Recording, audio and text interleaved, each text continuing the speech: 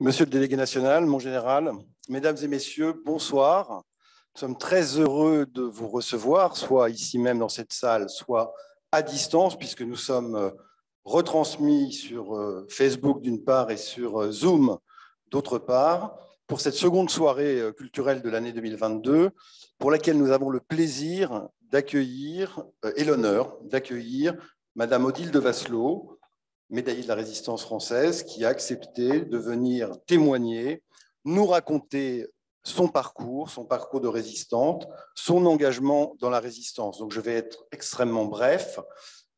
Laisser très rapidement la parole à Odile de Vasselot, qui va se présenter rapidement, j'imagine, dans le cours de son exposé, et vous dire simplement qu'à l'issue de l'intervention de Madame de Vasselot, vous pourrez poser quelques questions, soit ici même dans la salle, soit à distance par le moyen des questions-réponses sur le formulaire Zoom ou sur Facebook Live, et dire simplement que la prochaine soirée aura lieu dans un mois exactement, le 17 mars, le jeudi 17 mars, et elle sera consacrée à un compagnon de la Libération qui est un grand chef de mouvement, qui s'appelle Jacques Lecomte-Boinet, dont les mémoires inédits viennent de paraître et dont les mémoires seront présentées par l'historien Bruno Leroux. Voilà, sans plus tarder, je donne la parole à Odile de Vasselot en la remerciant vraiment du fond du cœur d'avoir accepté d'être présente avec nous. Chère madame, je vous laisse la parole. Merci beaucoup. Alors, j'ai pas beaucoup de temps parce que d'habitude, je parle plutôt 2h, mais je vais me présenter quand même très rapidement. Surtout, bon, quand j'ai commencé, j'avais 17 ans. J'ai passé mon baccalauréat en juillet 1939. La guerre s'est déclarée dans les grandes vacances qui ont suivi mon baccalauréat. Nous habitions Metz, vous voyez, entre la ligne Maginot et la frontière allemande, au-delà de Metz. Papa était officier, d'ailleurs je connaissais que des militaires, il n'y avait que des militaires dans ma famille. Et à Metz, c'était une grosse garnison. Par exemple, il y avait le colonel de Gaulle, qui était colonel du 507 régiment de chars. Il y avait le colonel Delattre de Tassigny, qui commandait le 151. Il y avait le général Giraud, qui était le gouverneur de Metz. Beaucoup de militaires, évidemment, qui ont été célèbres après la guerre, pendant la guerre. Je vais maintenant sauter tout de suite, je crois, au début de la résistance, parce que si le drôle de guerre et tout ça, c'est... Enfin, bon, quand on arrivait à Paris, après la drôle de guerre, on était absolument saisis par ces banderoles qui pendaient avec des croix gammées dessus, les lettres gothiques, les pancartes qui indiquaient la direction des autres villes, écrites en lettres gothiques allemandes, etc. Et je résumerai ça en disant il fallait faire quelque chose. Il y a d'ailleurs un cinéaste, Vincent Goubet, qui a fait un documentaire qu'il a appelé comme ça parce que tous les gens qui l'ont interrogé lui ont dit il fallait faire quelque chose. Alors, nous n'avions jamais habité Metz, Paris, pardon, mais en 40, enfin septembre 40, papa était prisonnier. Il avait été fait prisonnier comme 1 500 000 officiers. Donc, maman ne savait pas où aller après, en septembre, là, et c'est mon grand-père qui était général à la retraite qui nous a proposé de venir habiter chez lui à Paris. Jamais j'avais habité Paris. Donc, qu'est-ce qu'on a fait avec des petits bouts de craie? On essayait de faire des croix de Lorraine sur les murs. On arrachait les affiches, qu'elles soient allemandes ou vichistes, c'était pareil. On faisait aussi des inscriptions. Quelquefois, il y avait par exemple, je ne sais pas si ce nom vous dit quelque chose, Philippe Henriot, qui a d'ailleurs été assassiné par la Résistance, bon, qui parlait tous les soirs à Radio Paris et qui prônait il essayait de persuader les jeunes garçons d'aller en Allemagne sous l'uniforme allemand de se battre. Bon, alors il y avait des affiches de lui sur les murs. Avec notre bout de craie, on faisait une bulle, on écrivait dedans « Je suis un salaud ». Mais enfin, ce n'était pas toujours facile d'attraper l'affiche. Bon, alors je vais un peu vite, comme j'ai dit tout à l'heure. Je sentais bien que c'était des broutilles. Il y avait quand même, on a été quand même alerté par les journaux clandestins. J'en ai apporté. Si ça vous intéresse, à la fin, vous pourrez venir les voir ici. Je ne veux pas les montrer, ça sera trop long. On recevait dans sa boîte aux lettres des journaux clandestins écrits par édités par des étudiants dans des caves ou dans des greniers ou sur des anciennes machines de presse. Et on en trouvait aussi, par exemple, il fallait les distribuer. Alors, peu à peu, nous sommes entrés dans ce réseau. Il fallait aller chez des gens qui recevaient les grandes plaques, parce que c'était les anciennes presses d'autrefois, où il y avait 16 pages sur la même feuille, il fallait plier, plier, plier. Et après ça, il fallait couper les pages. Donc, nous allions plier chez des gens, ou bien on les distribuait, c'est-à-dire qu'on les mettait dans les boîtes aux lettres, n'importe où, ou à la rigueur, à la caisse des grands magasins, ou dans les salles d'attente des dentistes et des médecins, etc. Tout ça, ça m'avait alerté, mais on sent... C'est bon, la résistance, on n'en a pas entendu parler en 40, enfin, tout de suite. Il y avait bien le musée de l'homme qui a travaillé très, très tôt, mais tout de même, ça a été surtout sérieux à partir de 41. Et mon entrée en résistance, enfin, est tout à fait due au hasard. J'ai été voir au cinéma avec une amie sur le père de Foucault. Il s'appelait L'Appel du silence. Et on voit que le père de Foucault, finalement, a été assassiné en 1916 par une peuplade indigène, enfin les Sénoussis, mais parce qu'il envoyait des renseignements sur les peuplades qui l'entouraient au deuxième bureau français. Et ça, évidemment, les Allemands n'étaient pas contents. Alors, ils ont commandité son assassinat par les Sénoussis. Alors, en sortant du cinéma, j'ai dit à cette amie, Hélène, sur le trottoir, « Oh, est-ce qu'il a de la chance, le père de Foucault, parce que j'aimerais faire de l'espionnage, moi. »« Oh, c'est vrai? Oh, ben, tu sais, je connais quelqu'un qui est là-dedans jusqu'au cou. Oh, je t'en supplie, lui, de venir me voir, et surtout, n'oublie pas. Oui, oui, je te promets, je lui dirai. » Et alors, j'ai vu arriver une personne bizarre, d'ailleurs, un peu... qui m'a dit qu'elle s'appelait Madame Poirier. Ce n'était pas du tout son nom, évidemment, ça se voyait. Et elle venait surtout la première fois pour voir ma tête, si on pouvait me faire confiance, comment c'était l'ambiance à la maison. Et puis un jour, elle m'a téléphoné, est-ce que je peux vous voir sur le trottoir de la salle Pleyel à 2h30? Et alors là, j'oublierai jamais le choc que j'ai eu, parce qu'elle m'a dit, comme ça, de but en blanc, j'étais quand même très jeune, est-ce que nous étions, mettons, mardi, est-ce que vous pouvez partir à Toulouse vendredi par le train de nuit? Vous passerez la journée à Toulouse samedi, on vous dira ce que vous aurez à y faire, et vous revenez samedi soir par le train de nuit, nous aurons rendez-vous dimanche matin. Je ne sais pas si vous vous représentez à quel point, à cette époque-là, pour moi, c'était vraiment... Je n'avais jamais voyagé toute seule. On était beaucoup plus surveillés que les filles ne sont aujourd'hui. Elles partent au sport d'hiver ou sans que les parents sachent même avec qui elles sont. Mais enfin, ce n'était pas l'ambiance de cette époque-là. Et pourtant, je voulais le faire parce que je me suis dit, ah, si je leur dis, ma maman ne voudra pas, on ne va plus rien me demander. Donc, j'ai pris mon courage à deux mains. Je crois que c'est ce que j'ai fait de plus courageux, peut-être encore. Et j'ai dit oui, pas de problème.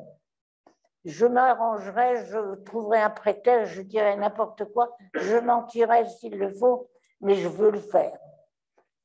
Bon, alors il faut que vous connaissiez votre chef, etc. Est-ce que vous pouvez venir dîner avec nous au restaurant demain, mercredi? Et voilà, j'étais rentrée dans un service de renseignement qui travaillait. Le problème, c'était qu'il fallait trouver un service sérieux. Il y en avait qui vous conduisaient tout droit en prison. Alors, je me suis rendu compte pendant le dîner au restaurant, qui a été encore trouvé un prétexte, parce que pendant la guerre, on ne mangeait pas beaucoup au restaurant. Il y avait les alertes, il y avait le couvre-feu, il y avait les tickets d'alimentation. Enfin, bon. Alors, pendant ce dîner, d'ailleurs, on m'a baptisé. Comment est-ce que vous voulez vous appeler? Bon, finalement, on a trouvé un nom, Daniel. J'étais devenue Daniel. Et mon chef, enfin celui-là, qui était mon chef, qui s'appelait Hubert, alors m'a expliqué que avant de partir, vendredi, j'aurai un rendez-vous dans les environs de la gare d'Austerlitz, pas tout près, parce que sur les bancs du quai Saint-Bernard, par exemple, qu'on me donnerait un paquet qui était comme 3 ou 4 livres superposés, bien emballés, et que c'était... Il y a beaucoup de choses que j'ai su après la guerre, hein, je n'ai pas su tout ça, mais j'ai su que c'était le courrier descendant. Bon. Alors, ce courrier, je le mettais dans ma petite valise avec des affaires. Je n'avais rien à faire en arrivant à Toulouse à 8 heures du matin. On mettait 12 heures, 6 heures, 8 heures du soir, 8 heures du matin. Bon, à Matabio, si vous connaissez Toulouse. Et à Matabio, j'arrive à 8 heures du matin, je n'avais rien à faire jusqu'à midi. Il fallait à midi que j'aille dans un restaurant, le Séville, rue des Tourneurs. Je poserai le paquet sur la chaise à côté de moi. Je demanderai la serveuse Rolande. Et elle viendra, elle me demande ce que je veux manger. Elle emporte le paquet, elle vient me servir et elle en met un autre à la place sur la chaise que je mets dans ma valise au milieu de mes affaires. Et voilà, j'avais plus rien à faire jusqu'au soir, reprendre le train à Matabio à 8 heures du soir. L'ennui, il fallait s'occuper à Toulouse. L'après-midi, ce n'était pas difficile, j'allais au cinéma, j'enfilais 3-4 films s'il le fallait, mais le matin, de 8 heures à midi, ne pas avoir l'air trop touriste, enfin, ne pas rester sur un banc de jardin public pendant 3 heures avec un livre. Bon, enfin, voilà. Alors, je vous avais commencé, oui, ce service était très sérieux. Il était né pendant la guerre de 14-18, des Belges, des jeunes Belges de 20 ans peut-être, s'étaient eux-mêmes arrangés pour trouver des renseignements, par exemple aller à la gare, noter les numéros des régiments qui partaient dans un sens ou qui revenaient, enfin des tas de renseignements qu'ils pouvaient avoir comme ça. Et ils avaient fondé ce service qui s'appelait Zéro. Il y avait Zéro France et Zéro Belgique. Bon, eh bien, en 40, ils avaient 20 ans de plus, ils n'avaient que 40 ans, puisqu'ils en avaient 20. Ils ont remis les pieds dans les sabots et ils ont recommencé. Et c'était donc un service d'origine belge qui avait son siège, si vous voulez, à Paris. Il y avait Hubert et Madame Poirier, là, que j'avais vu, étaient à Paris au PCC, Poste Central du Courrier. Ils recevaient les renseignements. Il fallait les trier, parce que ces renseignements, il y en avait qui étaient urgents. Par exemple, un cheminot qui disait un train de munitions stationnera dans la gare d'Amiens sur telle voie, tel jour et telle heure. Ça, évidemment, ça ne pouvait pas prendre le chemin de Toulouse et de l'Espagne. il fallait l'envoyer tout de suite. Alors, ils triaient les renseignements pressés qu'ils envoyaient par radio, et puis les autres, ils les filmaient. Je crois que c'était des petits films que je trimballais. Bon. Alors, le problème, c'était à la maison, mais alors ça, je ne m'étends pas là-dessus parce que ça serait infini. J'ai inventé, j'ai menti carrément. Toulouse me paraissait trop dangereux. J'ai dit je devais aller à Versailles, c'était moins dangereux. J'avais fait, après mon bac, j'avais passé un an à faire l'école de bibliothécaire à l'Institut catholique. C'était la seule chose que ma sœur aînée, nous avions toujours fait les mêmes choses ensemble, elle n'avait pas fait avec moi. Donc, je pouvais m'appuyer que là-dessus. J'ai inventé qu'on me demandait de fonder une bibliothèque à l'hôpital de Versailles. Abracadabranche, hein, mais enfin, je ne sais pas comment j'ai eu ce toupet, je ne le ferai plus aujourd'hui. Naturellement, maman a fait beaucoup de difficultés parce que j'ai expliqué qu'il fallait que j'y aille le samedi toute la journée, mais qu'il fallait que je loge à Versailles la nuit d'avant et la nuit d'après pour parler avec les gens qui m'aideraient, etc. Donc, il fallait que je passe 2 nuits hors de la maison. C'est ça, évidemment, qui heurtait beaucoup maman, qui m'a fait toutes les difficultés du monde. Pourquoi tu peux pas partir samedi matin très tôt? Alors, j'ai dû inventer des gens qui étaient très gentils. Je connais un petit peu Versailles. Ils habitaient rue de la Paroisse. Ça faisait bien. Et bon, j'abrège parce que j'ai donc fait ça à mon corps défendant un peu parce que j'étais horriblement malheureuse en même temps de mentir. J'ouvre une parenthèse pour vous expliquer. Le courrier descendant, bon, je le déposais dans ce restaurant, il était pris par des Espagnols réfugiés à Toulouse. Il y en avait des quantités. Toulouse, on parlait espagnol autant que français, je crois. Et les Espagnols qui avaient été révolutionnaires rouges pendant la dernière guerre civile qui s'est terminée au moment où la nôtre commençait, par la victoire de Franco contre les révolutionnaires. Alors, tous les Espagnols qui avaient agi contre le gouvernement étaient plus ou moins, leur tête était mise à prix. Ils s'étaient réfugiés en France, à Toulouse en particulier. Il y en avait énormément, d'ailleurs, le restaurant de Séville, donc il y a la preuve. Donc, ils étaient bien contents en réalité de continuer à travailler contre les dictateurs, quand Franco en était un, comme Mussolini. Et il prenait le courrier, il lui faisait passer les Pyrénées clandestinement, évidemment, il connaissait tous les chemins clandestins dans les Pyrénées, et ils allaient tout simplement à Saint-Sébastien, parce que je pense que vous avez réalisé tous que l'Angleterre a été présente en Espagne légalement, légitimement, pendant toute la guerre. Ce n'était pas du tout comme en France où nous étions en état de guerre. La guerre n'était pas déclarée en Espagne.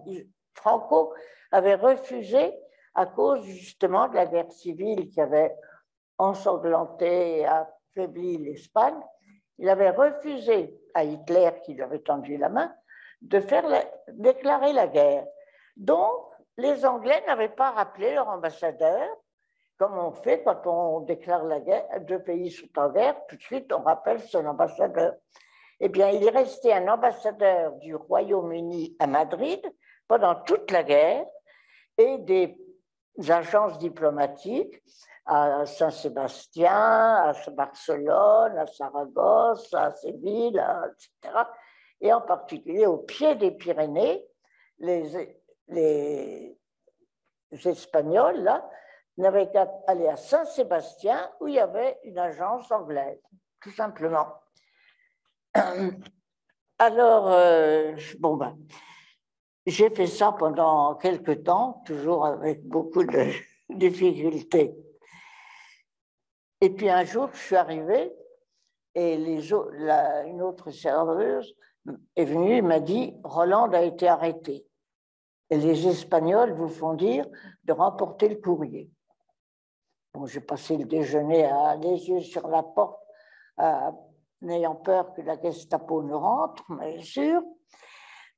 Et puis quand j'ai dit le dimanche matin, quand j'ai retrouvé Hubert, pour lui donner le paquet, comme je faisais d'habitude, je lui dis Roland a été arrêté. Oh là là, ma petite Danielle, ça c'est très très ennuyeux. Naturellement, il ne faut pas retourner à Toulouse, mais surtout, il ne faut pas nous revoir parce que les Allemands savaient certainement que vous veniez tous les samedis à ce restaurant. Ils vous ont laissé en liberté exprès pour vous filer et pour que vous les conduisiez jusqu'à nous, le PCC, dont le siège était ultra secret. Alors voilà, et ben, au revoir et merci. Alors là, vraiment, j'étais très ennuyée. Je me trouvais, après avoir beaucoup cherché à rentrer dans quelque chose, j'étais de nouveau en chômage, si j'ose dire.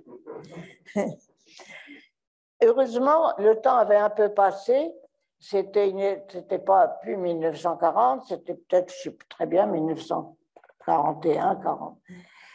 On commençait quand même à parler davantage. Par exemple, avec ses amis, on parlait ouvertement qu'on était gaulliste ou pas gaulliste. On ne pensait pas d'ailleurs qu'elles allaient vous dénoncer si on leur disait qu'on était gaulliste. Bon. Et une espèce de vente de charité de jeunes filles bien. Une de mes amies, à la fin de la soirée, pendant qu'on rangeait le comptoir, m'a dit « Est-ce que tu ne voudrais pas faire partie d'un réseau, d'un service d'évasion ?» Oh, je ne savais pas qu'il fallait faire évader, mais j'ai dit « Bien sûr ». Je ne lui ai pas dit « Tu sais, je suis peut-être filée, je suis peut-être… » Non, d'ailleurs, je ne l'étais pas, j'avais bien vérifié. Bon, eh bien, tu n'as qu'à aller, voilà, dimanche prochain, sur les marches de l'église Saint-François-Xavier, tu verras quelqu'un. Alors, j'ai été là, naturellement. Il y avait déjà deux autres filles. Enfin, je pensais bien qu'elles étaient pour la même chose. Et un assez jeune garçon est sorti de l'église. Et il s'est précipité sur nous. Nous étions visiblement là, ce qui l'attendait. Et il nous a dit, moi, je m'appelle Jean-Jacques. Comment est-ce que vous allez vous appeler? Je n'avais pas d'idée, j'ai dit Jacques. Je sais pas. Quelle est celle d'entre vous trois qui peut venir demain avec moi à la frontière belge? Moi. J'ai dit, chut. Bon, alors rendez-vous à 8h du matin devant le guichet des billets internationaux à la gare du Nord. J'aurais pris votre billet. J'ai oublié de vous dire, pour Toulouse, c'est la même chose pour tous les autres. Naturellement, on m'avait dit, vous n'aurez pas le billet à payer. On vous donnera l'argent, on prendra votre billet. Je n'aurais jamais pu demander un moment, je ne travaillais pas, je n'avais pas d'argent de poche, je n'étais pas mariée. Vraiment, je savais que l'argent n'était pas une question. Bon, alors, alors, en rentrant à la maison à bicyclette, je me suis dit, cette fois, c'est l'occasion, il faut que je dise la vérité. C'était plus possible, c'était plus tenable à la maison, tellement. Je dirais la vérité, toute la vérité, rien que la vérité. Et j'avais vraiment l'intention de tout dire. Bon, je suis rentrée, parce que partir un lundi, alors que maman avait commencé à prendre l'habitude que je parte le vendredi soir, c'était pas… Alors, j'ai dit à maman, voilà, il faut que je parte demain. Un lundi, oh non, non, c'est pas possible. Je veux voir tes amis, là, moi je ne veux pas. Alors, maman, vaut mieux que je vous le dise, je fais des choses contre les Allemands. Et alors, par miracle, je ne sais pas quoi, maman a cru que je me disais que la moitié de la vérité. Et elle m'a dit, ah, bah, j'espère que quand tu vas à Versailles, tu loges quand même chez des gens convenables. Oh oui, oui, oui, rassurez-vous, ils sont très bien. Je crois que j'ai même osé lui dire, et j'y repensais après avec mes aviateurs anglais. D'ailleurs, je ne vois jamais de garçons. Elle était un peu rassurée. Mais ce qui était horrible, par exemple, elle voulait aller à Versailles pour remercier les gens qui me recevaient. Vous vous rendez compte? C'était épouvantable à ce point-là. Alors là, elle a pensé que j'allais quand même à Versailles. Elle n'a pas pensé que j'étais aussi menteuse que je. Et j'espère que quand tu vas à Versailles, tu loges. Oui, oui, rassurez-vous. Bon, alors le lendemain, j'ai retrouvé mon Jean-Jacques. Dans le train, c'était les vieux trains, bien sûr, dans le couloir, nous étions toujours dans le couloir. Je n'ai jamais fait le voyage Paris-Lille ailleurs que dans le couloir, assise dans un compartiment, ça. Alors, il m'a expliqué, je comprenais qu'à moitié, mais je me disais, il faut être discrète, il faut avoir l'air de ne pas leur poser de questions pour ne pas les choquer. Bon, je comprendrai bien après tout. Alors, maintenant, moi, je vais vous expliquer pour de bon, par le commencement, ce qu'a été ce réseau, et, enfin, cette ligne d'évasion qui s'appelait Comet. Je ne sais pas s'il y en a quelques-uns d'entre vous qui ont des rapports avec la Belgique, mais alors la ligne Comet en Belgique est connue comme Jean Moulin en France. La ligne Comet, c'est vraiment le top de la résistance. Et ça a été fondé par une jeune fille infirmière belge qui a proposé aux Anglais qu'elle soignait pendant le siège de Bruxelles. Elle soignait à l'hôpital et puis les malades, il y avait des Anglais qui avaient fait partie de la bataille, des Anglais qui allaient être guéris. Et s'ils étaient guéris, ils iraient en prison, naturellement, chez les Allemands. Quand la Belgique était devenue complètement occupée, comme la France, et ils seraient forcément prisonniers de guerre quand ils seraient guéris. Alors, elle leur a proposé de s'évader. Naturellement, ils ont accepté. Elle s'est débrouillée merveilleusement. Il s'appelle Dédé. On l'appelait Dédé. C'est Dédé de Jong, si vous la connaissez, en Belgique. Maintenant, elle est morte, mais il n'y a pas tellement longtemps, après avoir été déportée, naturellement. Enfin, en tout cas, quand elle est arrivée justement à Saint-Sébastien avec ses Anglais, je crois qu'il devait y avoir un aviateur dedans. Elle a rencontré à l'agence diplomatique, là, elle a rencontré un Anglais qui est devenu notre correspondant attitré et qui lui a dit, oh Dédé, parce qu'elle leur a dit, vous savez, je peux retourner à Bruxelles et en ramener, parce qu'il y a beaucoup d'Anglais qui se cachent à Bruxelles. Ils ont été... alors, cet Anglais lui a dit, oh, si vous pouvez donner la préférence aux aviateurs, ça serait merveilleux parce que leur formation nous coûte très cher et ils tombent assez facilement. Enfin, ils ne sont jamais assez nombreux. Donnez surtout la préférence aux aviateurs. Alors, elle est retournée à Bruxelles, elle a mis son père dans le coup et elle a fondé ce réseau Comet.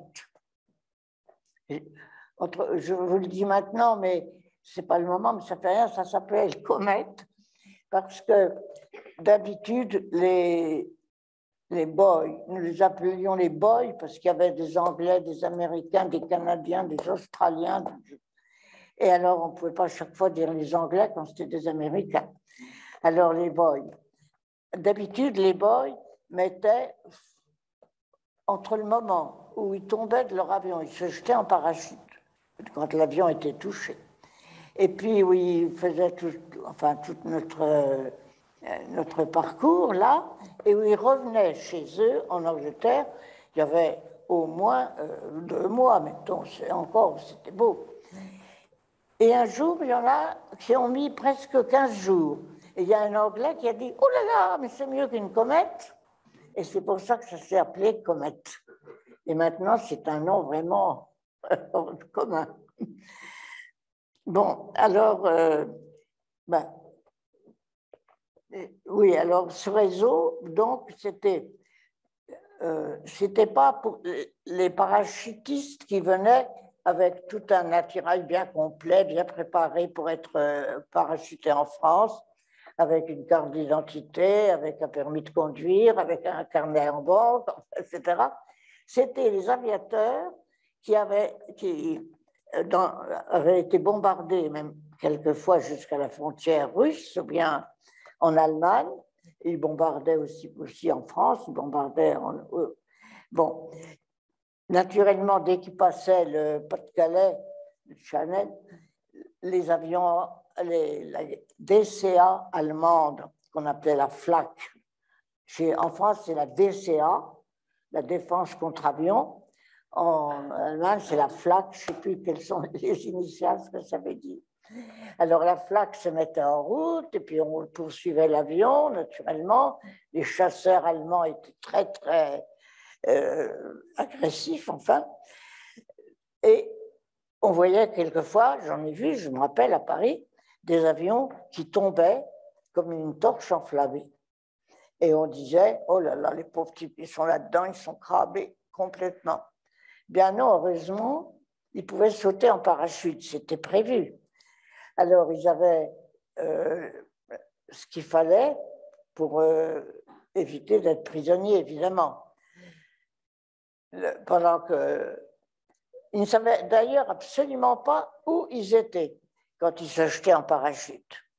Je vais vous faire allusion, encore une digression, mais à un film que vous avez probablement vu, que je regarde, moi, chaque fois qu'il repasse à la télévision, c'est La Grande Vadrouille.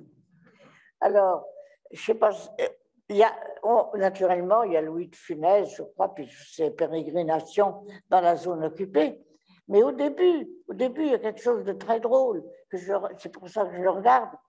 Les aviateurs, les boys sont encore dans l'avion. Ils demandent au pilote où est-ce que nous sommes. Et l'avion a été touché, déjà, il s'apprêtait à sauter. Le pilote montre sur la carte qui est sur son tableau de bord la ville de Dunkerque, mettons. Ah, bon, ben ça va, c'est mieux, c'est pas mal. Et à ce moment-là, par le hublot de l'avion, on voit la Tour Eiffel, le Champ de Mars, le Champs-Élysées. Et je trouve ce gag absolument tordant. Bon. C'est pour vous dire, ça montre bien qu'ils ne savaient pas où ils étaient. Alors, quand ils tombaient, ils commençaient par se débarrasser de leur parachute. D'abord, ils faisaient attention à ne pas se faire une luxure du genou, une luxation du... Bon, ils s'y flottaient pour savoir s'il y en avait autour d'eux qui étaient tombés un peu dans le même endroit. Forcément, ils se rassemblaient plus ou moins. Ils enterraient leur parachute parce que les Allemands, naturellement, savaient qu'il y avait eu le combat aérien. Et puis, ils se mettaient en route.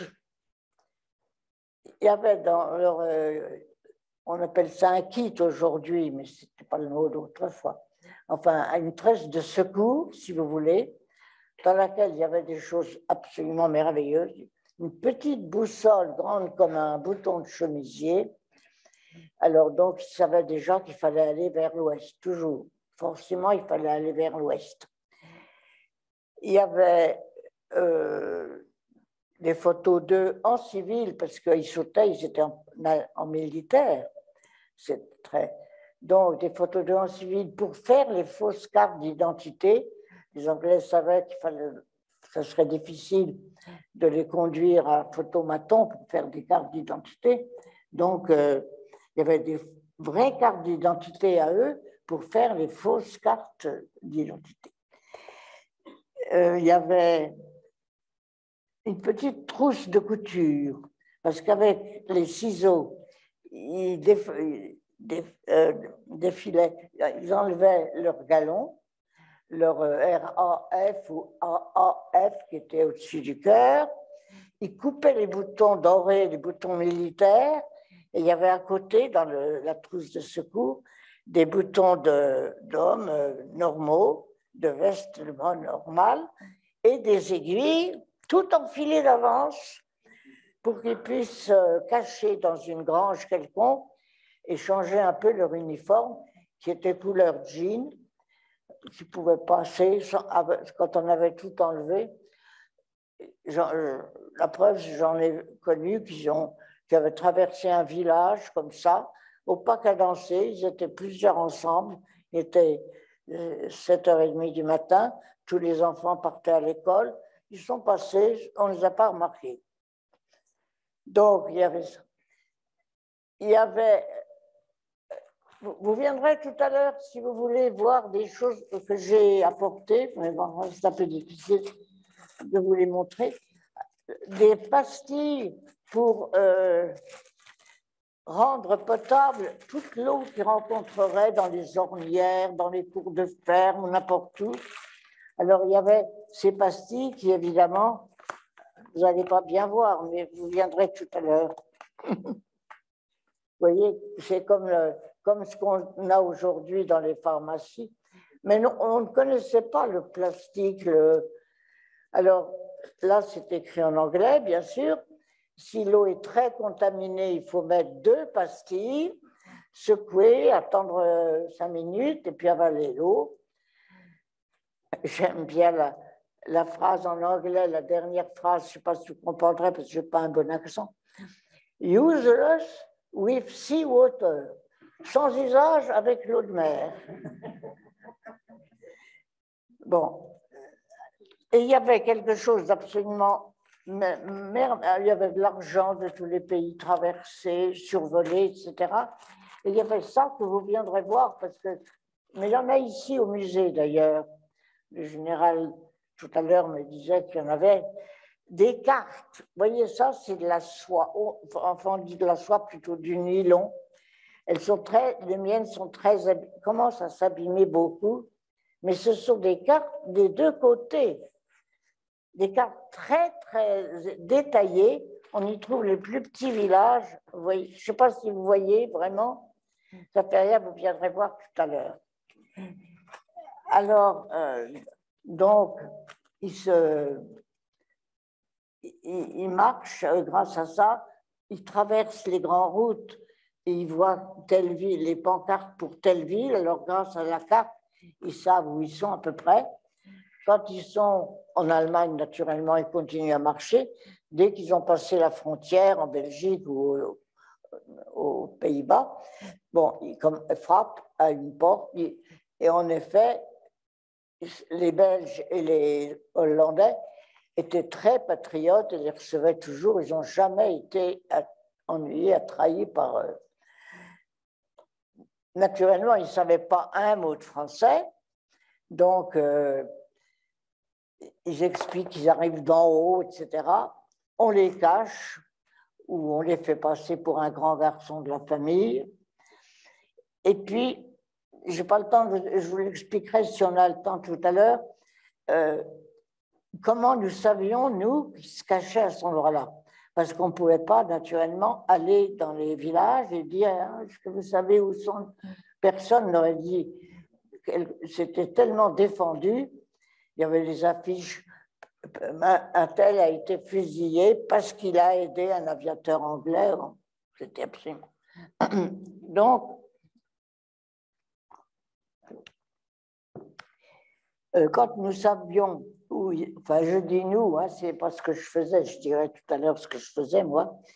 Enfin, quand on envoyait quelqu'un pour se renseigner sur eux, pour savoir si vraiment c'était des vrais de vrais. Parce que les Allemands auraient très bien pu mettre n'importe qui, quel Allemand qui parlait bien l'anglais, qui avait une culture anglaise, il avait peut-être une mère anglaise aussi bien. Donc, il fallait savoir si c'était vraiment de la RAF, la Royal Air Force, ou de l'AAF, ou d'un autre. Alors, on leur posait des questions. Il y a un Américain, oui, non, c'est pas la peine que je raconte ça, ça prendra trop de temps. Et figurez-vous qu'on leur demandait aussi qu'est-ce que vous avez mangé avant de partir? S'ils n'ont pas mangé des carottes râpées, ils ne sont pas de la RAF. Parce que la carotène développe l'acuité visuelle, et comme ils étaient bombardiers ou photographes ou je ne sais pas quoi, mieux ils voyaient, mieux ça allait. Donc, il fallait qu'ils aient mangé des carottes râpées, crues. Alors, à ce moment, quand on était bien renseigné sur eux, on se renseignait par radio, évidemment. Presque tous les réseaux avaient des radios, ou quand on n'en avait pas, on demandait aux voisins de vous rendre le service de passer. Et alors, Dédé avait au début, avait donc pris le chemin, a choisi le chemin des Pyrénées et de l'Espagne, parce qu'il y avait d'autres réseaux, Buckmaster, etc., qui partaient de Belgique, de Bretagne. On conduisait les boys dans un petit crique, et puis il y avait tout ça s'était arrangé, évidemment, un grand bateau qui stationnait un peu loin, qui envoyait des vedettes. Les vedettes venaient chercher les boys dans la crique. Bon, mais Dédé avait choisi de les faire partir par les trains ordinaires, les trains français, les express français, de Paris à Bayonne. Et après Bayonne, alors, il y avait un passeur qui venait et qui les conduisait à Saint-Sébastien. Donc, on envoie des jeunes qui les centralisent à Bruxelles. Il fallait à Bruxelles beaucoup de logeurs, comme on disait, ce qui était un métier horriblement dangereux d'ailleurs. Mais les Belges étaient formidables.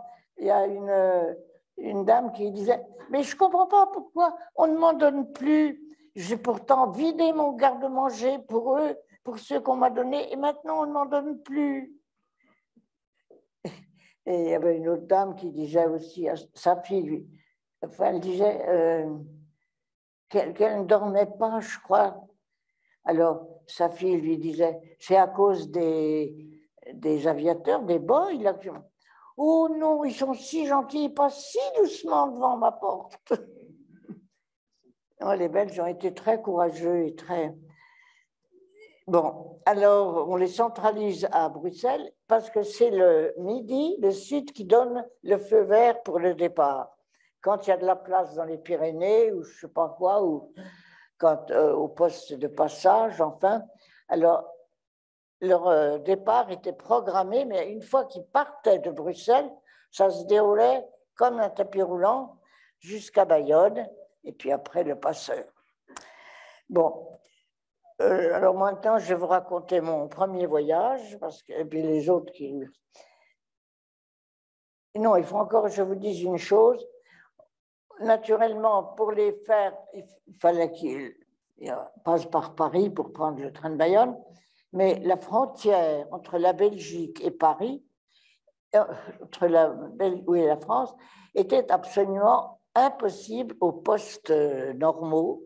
C'était Fény, je crois, en principe, le poste qui, depuis Lille, parce qu'ils ne parlaient pas un mot de français et que les Allemands avaient mis derrière, c'était, je crois qu'on les appelle les gablous, les agents de la frontière.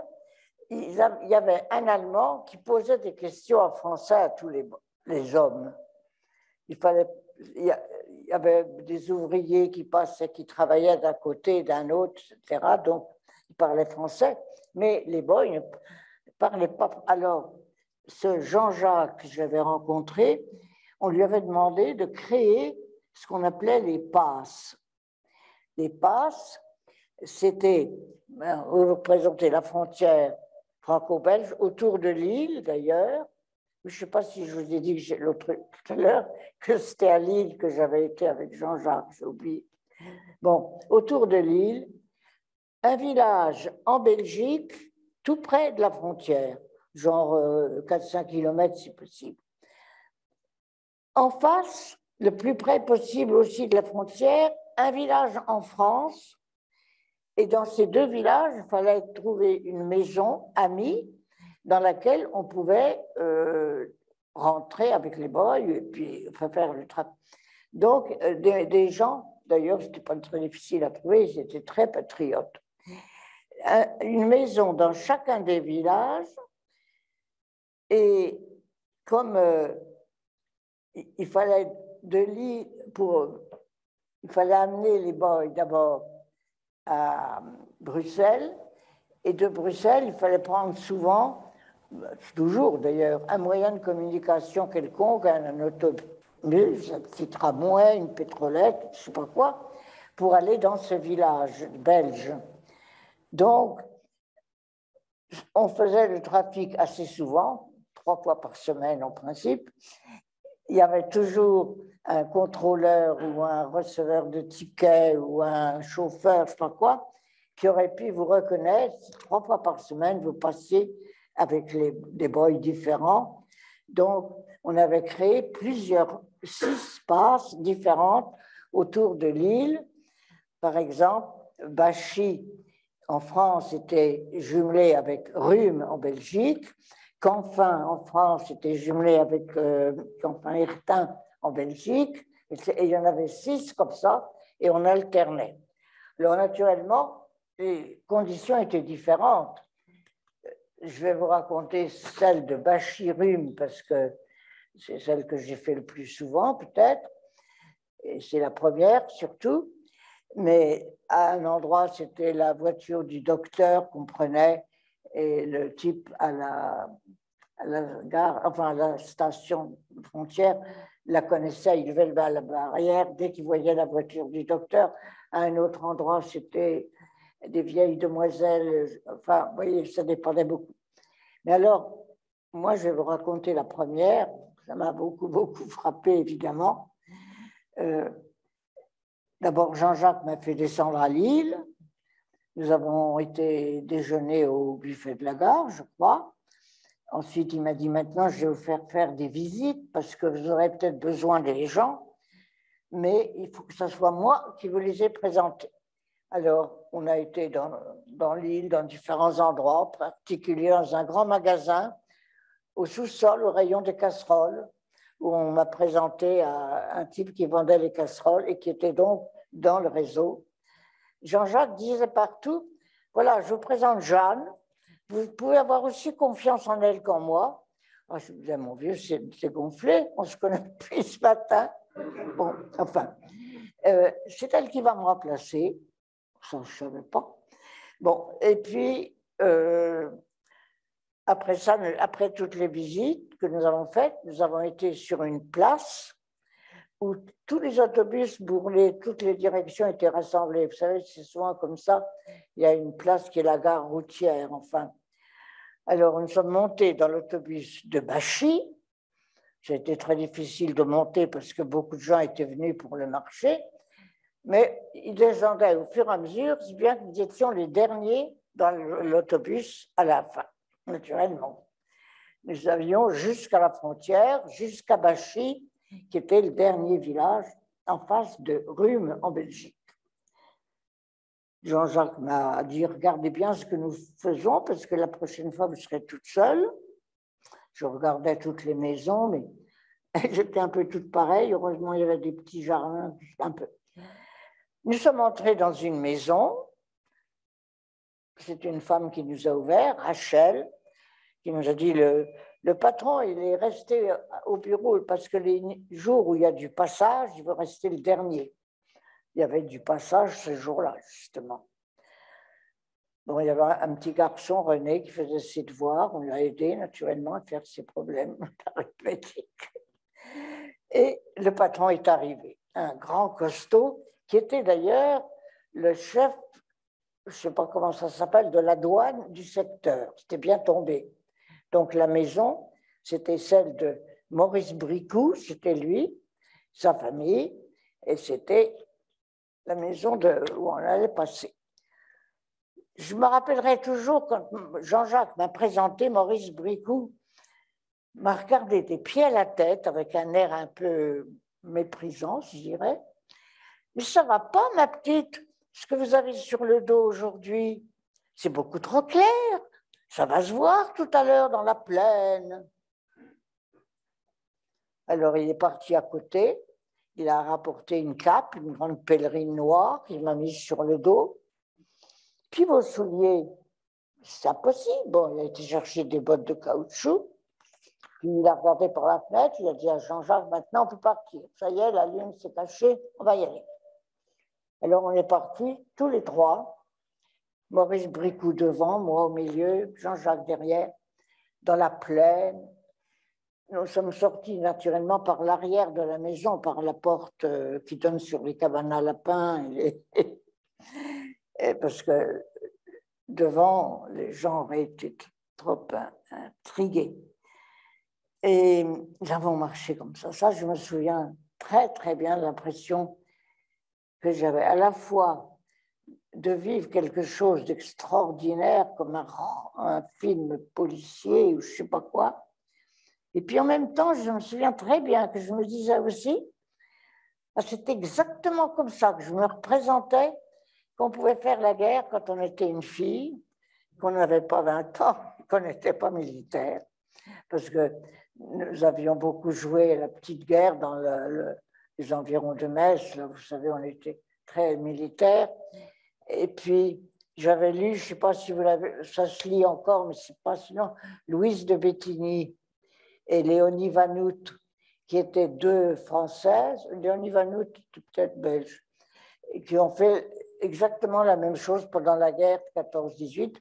D'ailleurs, il y en a une qui a été fusillée. Louise de Béthigny n'a pas été fusillée. Mais l'autre, elle a sa statue à Bruxelles même. Donc, j'avais lu, c'est La guerre des femmes d'Antoine Rédier, qui était notre livre de chevet, ou à peu près. C'était exactement la même chose. Alors, nous avons marché dans le noir. Nous sommes arrivés devant deux rangées de fils de fer barbelés. Maurice Bricout m'a aidé à passer la première rangée, puis il y avait de l'eau entre les deux. Et il m'a dit, je me rappelle, de toutes ces choses-là, je me rappelle. Maintenant, il faut marcher dans l'eau pour que les chiens perdent notre trace. Alors, on a marché dans l'eau, 200 mètres à peu près. Et puis, on est ressorti de l'autre côté. Et on était peut-être en Belgique à ce moment-là, je ne sais pas. Enfin, on a encore fait 3 kilomètres à peu près. Et on a vu des villas, des toits noirs, comme le ciel qui était encore plus noir que le ciel. Maurice Bricout nous a plantés, Jean-Jacques et moi, devant la porte. Voilà, restez là, on va venir nous ouvrir si tout marche bien. Je vais aller frapper au volet de la pièce où je sais qu'ils se tiennent. Et si on ne vient pas nous ouvrir, il faudra déguerpir. Alors, on est venu nous ouvrir. Nous sommes entrés dans une maison toute noire, en effet, un couloir tout noir. Et au bout, il a ouvert une porte. La pièce était brillamment éclairée, mais tout était bien bouché. Vous savez ce qu'on appelait pendant la guerre le blackout. On mettait du papier de journal dans les fentes des volets, on mettait en haut des portes et en bas des portes. Il y avait aussi du papier, parce que c'était contre les bombardements. Enfin, ça, c'était les Allemands qui faisaient attention, et quelquefois qui rentraient dans la maison parce ils voyaient une raie de lumière en dessous. Alors, cette pièce était remplie de monde. Et figurez-vous que les Belges, ils trouvaient ça tellement amusant de recevoir des aviateurs alliés pendant la guerre que le soir où ils devaient passer chez eux, ils invitaient les cousins, les voisins, les amis. L'atmosphère n'était pas comme ça en France, je m'auto. Alors, il y avait foule, si je peux dire, mais on voyait bien des gens du cru en particulier, et puis 4 types vraiment qui avaient l'air trop british. J'étais vraiment reconnaissable, c'était les 4 types que nous étions venus chercher. Grands, blonds ou rouquins, des vêtements un petit peu impossibles parce qu'on leur avait mis ce qu'on pouvait, un tricot vert, un pantalon gris. Et puis un air complètement ahuri parce qu'ils ne comprenaient rien. de ce qu'on disait autour d'eux. Alors, Jean-Jacques, il y avait une table comme ça, Jean-Jacques fait asseoir tout le monde, les boys là, les étrangers, devant, et moi, avec lui à côté, il me dit, vous parlez anglais? Ben oui, enfin, pas très scolaire, quoi. Je fais des fautes. Bon, ça ne fait rien. Moi, je parle que flamand. Alors, vous avez traduit. Bon, alors, nous allons ce soir passer en France. Vous nous rendez vos cartes d'identité belges. Voilà vos nouvelles cartes d'identité françaises. Je vous ferai remarquer que les cartes étaient faites avec leurs vraies photos. Hein. Donc, c'était un trafic quand même bien organisé. C'était bien réglé. Il fallait savoir qui on allait faire passer ce soir. Voilà vos nouvelles cartes. Tâchez de les apprendre par cœur. Ça ne servait à rien. On leur demandait comme ça pour s'amuser. Où est-ce que vous êtes né? Oh, je travaille au Tlocadillo. Bon, alors ensuite, il leur disait, naturellement, vous allez changer de guide. Vous dites au revoir aux guides qui vous ont conduit jusqu'à présent. Vous allez en avoir d'autres. Demandez-leur, me dit, s'il y en a deux qui veulent rester ensemble parce qu'ils étaient dans le même équipage. Bon, alors vous deux, vous irez avec mademoiselle. Et puis, nous étions en réalité au café de la gare de Rhume. La gare était, on ne la voyait pas, mais elle était en face. Et c'était la famille du patron, là, du buffet de la gare, qui s'était mise là. Et la convoyeuse, enfin la guide, c'était sa fille, qui s'appellerait Henriette. Je crois que ce n'était pas son vrai nom. Non, je ne sais jamais. Il y a Monique et Henriette, et je ne sais plus quel est le vrai nom. Bon, et vous deux, vous irez avec mademoiselle. Vous leur dites naturellement pas un mot, ni en anglais, ni en français. Vous ne devez jamais les perdre de vue. Demain, à la gare du Nord, vous les suivrez de l'eau un pas. Et vous ne mettrez pas vos pas dans leurs pas comme un toutou, mais il ne faut jamais les perdre de vue. Je ne sais plus qu'est-ce qu'on leur disait encore. Enfin, pas parler naturellement. Alors, bon, tout le monde se disait au revoir, des grandes claques dans le dos, naturellement. On se reverra après la guerre. On n'avait pas l'adresse des boys, naturellement, on ne savait pas du tout. Mais on disait quand même, on se reverra après la guerre. Et puis, on repartait avec chacune de nous, Henriette et moi, nous les appelions nos enfants aussi, avec nos deux enfants, des grands types, un mètre de plus que nous. Et ils avaient un peu peur quand même, ils ne se rendaient pas compte du tout de ce que c'était que la France occupée. Ils me serraient le bras. Naturellement, en passant dans l'eau, il fallait qu'ils enlèvent leurs souliers, leurs chaussettes. Et puis on retournait à Bachy, où Madame Rachel nous attendait. Le petit garçon était monté se coucher, bien sûr. Il a été admirable, ce petit garçon. Il avait une dizaine d'années, il n'a jamais parlé à l'école de ce qui se passait chez lui en secret à certains soirs. Jamais. Donc là, on mangeait un petit peu, un petit temps que Madame Rachel avait préparé. On lui donnait des tickets de supplémentaires. Hein. Tous ceux qui logeaient des aviateurs comme ça, on leur donnait des tickets. C'était des faux tickets ou bien des tickets qu'on rachetait. Parce qu'il y avait toujours dans les mairies des cartes qui restaient, des cartes d'alimentation qui restaient. On ne pouvait pas savoir exactement le nombre de gens. Il y en a qui étaient restés à la campagne. Alors, on les rachetait et on en donnait aux gens qui logeaient les... Et on parlait un petit peu en franglais. Et alors, je vais vous dire quelque chose qui m'est resté aussi. Il n'y a pas d'Américains là chez vous. Il n'y a pas d'Américains, personne. Parce qu'un jour, j'étais seule. D'habitude, on était deux. Mais j'étais seule avec deux gants américains. Et il y en a un qui me dit, Madame, on voudrait vous poser une question. Bon, ben allez-y. Ah, c'est un peu gênant quand même, non? Bon, ben allez-y, demandez. Voilà, nous, en Amérique, on se demande combien vous êtes payés. Vous vous rendez compte? En Amérique, tout se paye.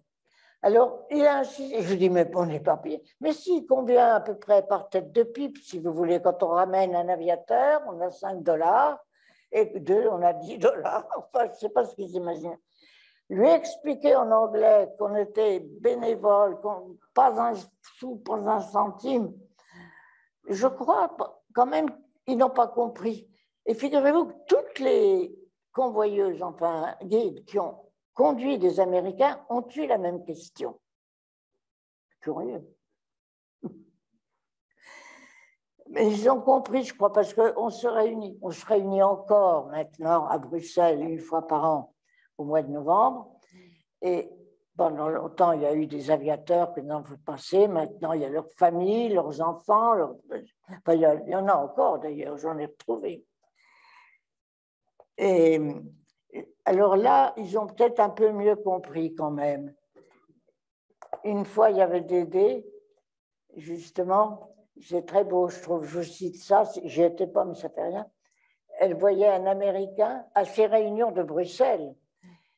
Un Américain faisait un chèque pour l'association qui s'est fondée, qui s'appelle Comet Kinship, et qui vient en aide aux familles maintenant qui sont un peu dans la panade. Pas forcément, enfin. Et l'Américain, bon, faisait un chèque, et Dédé lui a dit, ne nous remerciez pas, nous qui avons eu la chance de faire la guerre sans devoir tuer, mais dont au contraire la mission était de ramener des pères à leurs enfants, des maris à leurs femmes, des fils à leurs parents. C'est beau. Ne nous remerciez, c'est resté la devise d'ailleurs, se battre sans tuer. Je ne sais plus comment ça se dit en latin, mais c'est en latin, se battre sans tuer. Alors, donc, quand on a un peu parlé, ils montaient se coucher, ils montaient les boys au premier étage, je pense qu'ils me couchaient par terre, sur le tapis, quoi. Maurice Bricou montait avec eux, Henriette et moi, nous restions en bas, parce que Madame Bricou, elle avait tellement peur qu'elle passait la nuit assise sur son fauteuil à côté de son fourneau. Elle était terrorisée. Elle sursautait chaque fois que le vent faisait taper les volets. Bon, le lendemain matin, alors c'était la passe de Bachy, c'était pas toujours comme. On se levait assez tôt, petit déjeuner, debout d'ailleurs autour de la table de la cuisine. J'ai admiré la première fois Madame Bricot qui nous emballait des espèces de pique-nique pour le train en utilisant chaque fois pour chacun de nous un papier différent pour qu'on n'ait pas tous le même papier et que nous étions ensemble dans le train, naturellement. Dites, il faut que je regarde l'heure. Oh, ça fait rien, je continue. Bon, alors, on partait, on avait une promenade assez longue à faire pour aller à Sizouin quand on faisait la passe de Bachy. Ailleurs, c'était autre chose. Hein. Il fallait aller à Sizouin, prendre un train de cheminots. Alors, c'était Henriette et moi qui devions monter à contrevoie, naturellement, nous cachant. Et on arrivait à Lille. À Lille, j'ai oublié de vous dire quelque chose. La veille, Jean-Jacques m'avait dit, quand vous arrivez là à Lille, vous prenez votre billet et demain, quand vous reviendrez avec les boys, vous prendrez leur billet à eux. Comme ça, vos billets, vos numéros ne se suivront pas. Parce que les billets ont des numéros. Et si vous avez 4500, 4501, 4502, 4503, et que vous êtes ensemble dans le train, c'est évident que vous voyagez ensemble. Alors, j'allais prendre leur billet, on leur achetait. Ah oui, Henriette m'a dit la première fois, Maintenant, tu vas aller laver tes souliers sous les robinets des toilettes. Parce que les gens qui prennent l'express Paris-Lille, non, pardon, Lille-Paris à 8 heures du matin, ils ont des souliers bien cirés, tandis que les nôtres sont couverts de poussière et dégoûtants. Alors, je vais aller les laver sous les robinets. Bon, on allait 2 par 2 laver ses souliers. Je leur achetais des Paris Match quelconques pour qu'ils aient quelque chose à regarder dans le train. Et puis le train arrivait toujours complet parce que je crois qu'il se forme à Roubaix-Tourcoing. Il ne se forme pas à Lille. Donc, on montait toujours. Londres, alors Radio Londres, enfin, nous avait recommandé de mettre les boys dans un wagon et nous de nous en aller dans un autre. Mais c'était absolument impossible pour nous. Ils étaient trop perdus, quoi, désarçonnés. Vous voyez, le contrôleur passait, il donnait leur ticket de... Enfin, oui, non. Ils donnaient leur ticket de train à celui qui demandait les cartes d'identité. Et la carte d'identité, je ne sais pas si le contrôleur, c'était celui du train aussi. Et puis un monsieur demandait, vous avez du feu, s'il vous plaît? Je me précipitais avec un briquet. Et puis là, on dit, à quelle heure est-ce que nous arrivons à Lille, monsieur, s'il vous plaît? À 8 heures, madame. Bon, donc nous ne sommes pas... Tout de même, Henriette montait dans un autre wagon que moi. Elle allait avec ses boys à elle dans un wagon, moi dans un autre, mais on les gardait à côté de soi, entre les deux. Et on arrivait à Paris à midi. Alors là, je trouvais tout de même ça assez dangereux. Il y avait un contrôle au bout du quai. Et c'était là où il fallait qu'ils ne nous perdent pas de vue, qu'ils nous voient un peu dans la foule. Et je me disais vraiment, ces grands garçons qui n'ont pas le moindre bagage, vous vous rendez compte, les bras le long du corps, entre 20 et 25 ans. Enfin, on aurait pu leur acheter un petit porte-document en fibrade, comme on disait. Enfin, non, il n'y a jamais eu d'ennui finalement, mais je trouvais ça extraordinaire. Bon, on montait dans le métro, alors là, c'était la foule de midi. Il fallait pousser la foule pour faire rentrer les aviateurs anglais. Et je les conduisais à côté du parc Monceau, en face de la rotonde presque du parc Monceau, 8 bis rue Marguerite, avec 2 T Marguerite. Et on les conduisait chez une concierge, le 8 bis. On frappait à sa loge, elle les recevait dans sa loge. Elle est d'ailleurs morte en déportation. Madame Stassard, elle s'appelait. Et c'était la 3e convoyeuse. Il y avait donc Henriette, la fille du bistrotier.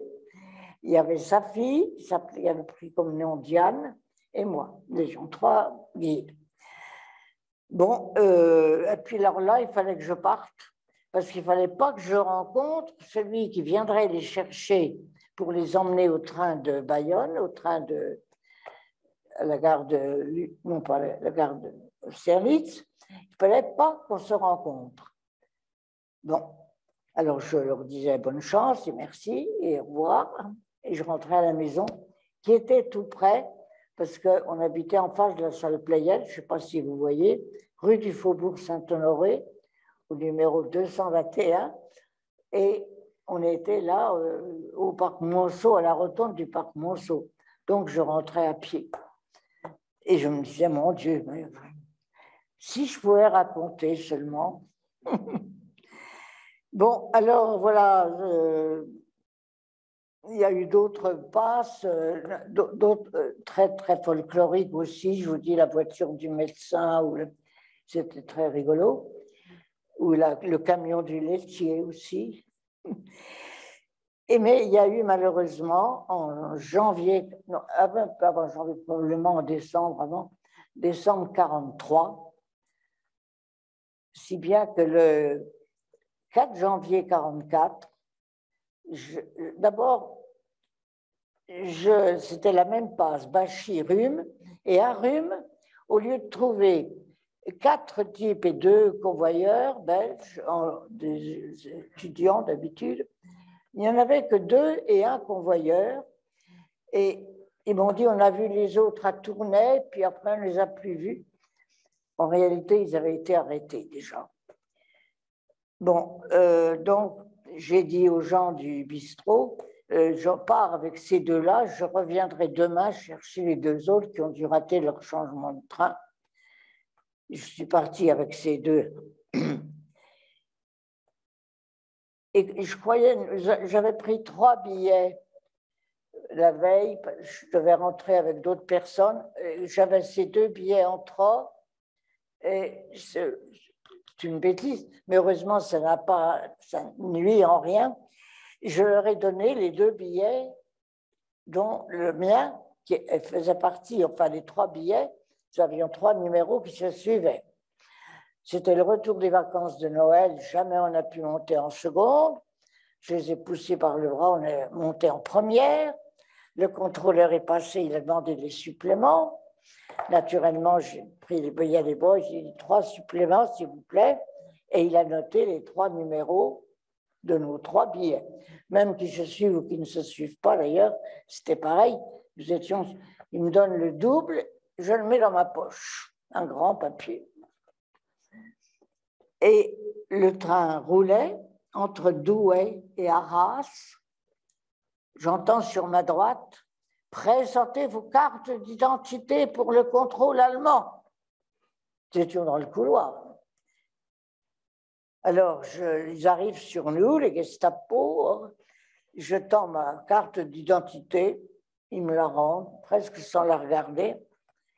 Et ils gardent le premier anglais, la boy, tranche sa carte.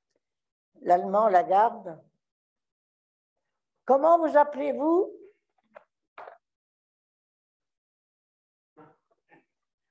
Oui, on rit, mais ce n'était pas drôle. Les 2 autres gestapistes demandent à celui qui était à ma gauche, en gardant sa carte aussi, « Où allez-vous » Les Allemands savaient que nous serions dans ce train-là et ils nous cherchaient. Ils ont tout de suite compris que c'était ceux-là qu'ils cherchaient. Alors, ils les ont fouillés, naturellement. Inutile de vous dire, enfin, vous pouvez vous représenter l'état dans lequel j'étais. Il fallait surtout que je ne me fasse pas arrêter. Et je prenais un air, comme les autres voyageurs, un air intéressé, curieux, qu'est-ce qui se passe? J'ai été, alors que j'avais envie de casser la barre de cuivre, bon, on arrivait à Arras, les Allemands ont appelé la milice du lieu, ils ont fait garder le wagon, bouclé aux 2 bouts. Ils ont fait descendre les boys devant moi, ils ont été formidables, ils sont passés sans cligner de l'œil, mais peut-être que je me fais des illusions. J'ai l'impression qu'ils m'ont dit merci quand même et bon courage. Vraiment, c'était... Et puis, ils sont descendus, ils sont partis par la police de la gare. Ils sont revenus, hein. Ils sont revenus après la guerre, ne vous inquiétez pas. Ils ont été en camp de prisonniers. Et alors, les Allemands ont refoulé dans les compartiments tous les gens qui étaient dans le couloir. Il y en avait beaucoup à cause c'était le 4 janvier, le retour des vacances de Noël. Bon, ils ont bouclé tous les wagons, tous les compartiments, et ils sont venus fouiller pour trouver le guide. C'était ça surtout qui les intéressait. Alors, quand ils étaient dans mon compartiment, le compartiment où j'étais debout dans le petit couloir, j'ai pensé à ce papier que j'avais dans ma poche. Je vous en ai longuement parlé à cause de ça. Je me suis dit, qu'est-ce que j'en fais s'ils me fouillent? D'accord, ils vont le trouver. Ah, tiens, c'est vrai, avec qui voyage-t-il, etc. Bon. Alors, je ne sais pas comment faire. Je me suis dit, si je le mets sous la banquette, tout le monde va s'affoler. Si je l'ai mangé. Je l'ai mangé. Mais ce n'était pas bon. Mais enfin, il y avait une dame qui me regardait, je me pousse. Il y a juste une dame qui m'a regardé. Heureusement, il n'a pas réagi. Là, alors que j'étais entre les deux boys, hein, je retends ma carte d'identité. Ils auraient pu me dire, mais mademoiselle, vous dites que vous habitez Paris, qu'est-ce que vous faites dans ce train de Lille? Chez qui avez-vous été à Lille? Non, ils m'ont pas posé la moindre question. Ils m'ont rendu ma carte sans regarder si la photo correspondait à ma binette. Et malheureusement, ils ont arrêté quand même un monsieur qui avait des pommes de terre dans sa valise. Oh là là, c'est louche quand on voyage en première. Mais j'ai été chez mes enfants pour les vacances de Noël. Ma femme m'a donné des provisions parce que je mange mal à Paris. Non, non, non. Et ils ont emmené le monsieur. J'espère qu'on a vérifié, qu'on a demandé à la femme, qu'on a bien reconnu que le monsieur était parfaitement innocent. C'était ce que je me disais, mais il fallait surtout quand même pas que je me fasse arrêter. Ah non, c'est pas lui, c'est moi. Bon, j'étais toute drôlette, évidemment, en arrivant à Paris. Mais alors, le lendemain, je voulais retourner chercher les autres. Je ne savais pas qu'ils avaient été arrêtés. Au guichet, je tombe sur Jean-Jacques. Ah, vous êtes là, je vous emmène. Mais attendez, il faut que je vous raconte quelque chose. Bon, vous me le raconterez dans le train. Et je lui ai raconté. Il m'a dit, ça, c'est très, très bien. Lui était malin, beaucoup plus que moi. Et il a tout de suite fait le rapport entre les deux qui manquaient à rhume et les deux qui s'étaient fait arrêter dans le train. Moi, je n'avais même pas pensé, je crois, puisque je retournais les chercher. Enfin, on était un peu pas formés pour être des espions. Alors, Jean-Jacques, quand il m'a raconté, il m'a dit, mais c'est très grave. Je monte à Bruxelles, voir ce qui se passe, et je vous donne rendez-vous dans le jardin du Bon Marché, le square du Bon Marché, dimanche. Bon, naturellement. Ah oui, il m'a dit aussi, vous êtes folle d'être revenue. Je ne veux pas que vous repassiez par le même endroit, je vais vous donner une autre mission. Alors, je suis partie ailleurs. Et naturellement, je l'ai attendu au square du Bon Marché. Il n'était pas là, il avait été arrêté en route. Et à partir de ce moment-là, tout le monde s'est fait arrêter. Le père Riquet, si vous voyez qui c'est, il était le prédicateur de Notre-Dame quand il est revenu de déportation, et il prêchait dans sa tenue de déporté. Et puis Jérôme, qui était mon chef plus ou moins direct, enfin des tas de gens, et le réseau a été complètement déglingué parce qu'il y avait eu, j'ose pas dire ce traître, vous voyez, parce que c'est pas quelqu'un qui faisait ça pour avoir de l'argent. C'était un type qui était convaincu, comme on les appelait les Noirs en Belgique. Ils étaient ultra, si vous voulez, ultra droite. Et ils avaient peur des Russes surtout. Et ils trouvaient qu'il fallait surtout se battre, comme on disait en France quelquefois, Hitler vaut mieux que Staline. Et le type l'a fait pour, justement, il était contre la résistance, plutôt. Donc, c'était pas un traître, si vous voulez, on l'a quand même fusillé après la libération. Et au poteau d'exécution, il a dit, si j'étais à refaire, je ferais la même chose. Bon, eh ben, il faut que je passe un peu vite. Je vais vous raconter quand même, je peux ou pas? La dernière chose que j'aime bien, alors à ce moment-là, j'ai été complètement coupée du réseau Comète. Je suis retournée à Lille voir les gens qu'on m'avait présentés. Ils m'ont dit, vous avez l'air de ne pas être dans le collimateur, surtout rentrez chez vous et restez tranquille, ne bougez plus. Ils avaient déjà eux-mêmes été un peu très inquiétés par la Gestapo. Donc, je me suis dit, Le service 0 n'a pas eu d'ennui. Après, bon, je peux peut-être y retourner maintenant. Alors, j'ai téléphoné, enfin difficilement, parce que je ne savais pas leur numéro à eux. Enfin, en tout cas, j'ai repris contact avec eux et je leur ai dit, est-ce que je peux revenir? Je ne sais pas si je leur ai raconté ce que j'avais fait entre-temps. Je ne me rappelle plus. Oui, oui, revenez. Alors là, on m'a donné, donc c'était, vous voyez, le printemps 44, déjà le débarquement en vue, les voies ferrées, les trains étaient bombardés, enfin plutôt les rails, le circuit, quoi, je sais plus comment, était absolument bombardé partout, même dans le Midi, à Montauban, à Marseille, parce que les Anglais ne voulaient pas que les Allemands puissent envoyer des renforts au lieu du débarquement. On ne savait pas encore ce que ça. Donc, ils bombardaient partout et on ne pouvait plus voyager comme on faisait. On ne faisait plus que du camion-stop. On m'a envoyé dans différents endroits. J'ai toujours été en camion-stop. D'ailleurs, heureusement, à la maison, j'étais un peu rassurée. Enfin, je savais ce que je faisais parce que quelquefois, le train vous lâchait au milieu de la voie. Il y avait un trou dans la voie, un trou de bombe. Et la locomotive ne pouvait pas continuer. Donc, il fallait rentrer par les moyens du bord.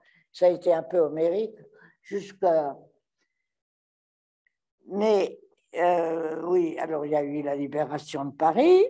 Ça, c'était grisant, vraiment, avec un garçon qui s'appelait Bertrand. Nous avons circulé, j'étais à bicyclette et lui en moto. Moi, j'étais accroché à son épaule. Et on a circulé. Il y avait une grenade que m'avait donné un ami, le fils d'un général que nous avions connu à Metz, qui s'appelait Altmaier. Et il m'avait ouvert son placard, il y avait des grenades du haut en bas. Il m'en avait donné une en m'expliquant comment il fallait. Et avec ce Bertrand, nous voulions la jeter sous un char allemand pour prendre comment on dit, oh, je cherche le mot, ça y est, je ne trouve pas, qui serait dedans et dont les FFI manquaient cruellement. Les armes. Oui, c'est ça. Bon, alors, le jour de la libération, c'est ça que je vous raconte, après c'est fini. Le jour de la libération, j'ai dit à mon chef, qui n'était plus Hubert, qui était Christian, bon, moi je vais aller aux Champs-Élysées acclamer le général de Gaulle qui a dit qu'il irait chanter le Te Deum à Notre-Dame. Ah non, ma petite Danielle, il faut porter un message urgent à Tourcoing. Bien, chef. Alors, je me pointe pour faire du stop à la porte de la Chapelle à Paris. Bon, là, je vais très vite là-dessus, c'est pas ça qui est intéressant. Et je commence à... Et la foule autour, enfin les gens qui étaient là s'ameutent, évidemment. Mais ma petite demoiselle, pourquoi vous voulez retourner chez les Allemands? Paris est libéré, c'est que vous avez fait quelque chose de mal. Alors, attroupement, je sentais que ça descendait, je descendais et on m'a emmené au commissariat de police, on m'a dit certainement vous avez fait quelque chose avec les Allemands puisque vous voulez partir et quitter Paris. Et figurez-vous que j'ai fini en prison. À la police judiciaire, le dernier commissaire de police que j'ai vu, je crois, heureusement, il m'a demandé est-ce que quelqu'un peut répondre de vous? Oui, mon grand-père, le général de Pugnac. Ah bon. Allô, mon général, nous avons en ce moment entre les mains une jeune fille qui se prétend votre petite fille. Est-ce que vous pouvez nous dire, mon grand-père affolé dit, elle a l'âge. Bon, est-ce que vous pouvez nous dire si elle a des frères et sœurs et leur âge? Puis il bouge le micro. À moi, il me demande si vous avez des frères et sœurs et leur âge. Bon, ça collait. Malgré tout, il a appelé une garde, là, et il a dit, allez, conduis-la au secret. Le garde a craché par terre devant moi, espèce de sale putain de garce. C'était ma libération. Mais à part ça, bon, j'ai été, pas au secret, mais dans une cellule où il y avait 16 personnes, 16 femmes, à peu près toutes rasées, comme on faisait pour les gens qui s'étaient mal conduits avec les Allemands. Bon, heureusement, mon grand-père s'est inquiété de ce coup de téléphone qu'il a trouvé bizarre, et c'est grâce à lui que je suis sortie, parce qu'il a téléphoné à cette amie Hélène qui m'avait fait rentrer. J'ai l'impression qu'Odile est dans de mauvais draps. Alors, bref, ils sont venus me chercher mon réseau.